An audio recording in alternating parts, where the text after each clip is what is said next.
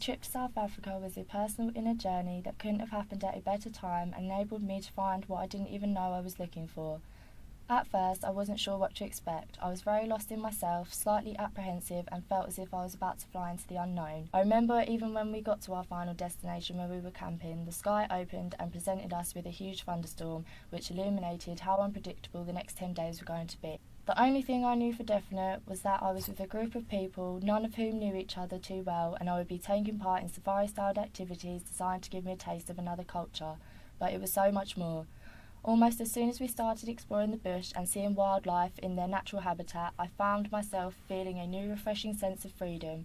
The beautiful copper-drizzled tones of the soil and trees seen for miles was everything I could have imagined and more. As the days went by, I looked forward to sitting with everybody around the fire in Durbar and speaking about anything weighing on my mind, but mostly being listened to.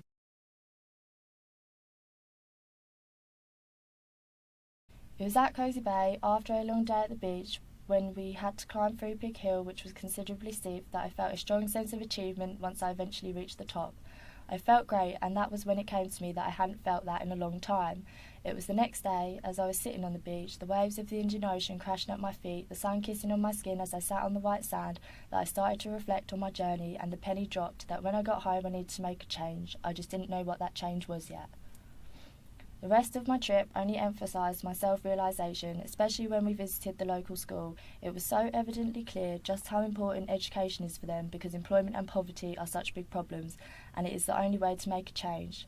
Also, visiting the health centre and seeing the minimalistic facilities they have and how happy the children were once we got them up was really warming and beneficial for my compassionate side. This has really stuck with me because education and healthcare back home are really taken for granted, and seeing it from this perspective only solidified the need to better myself.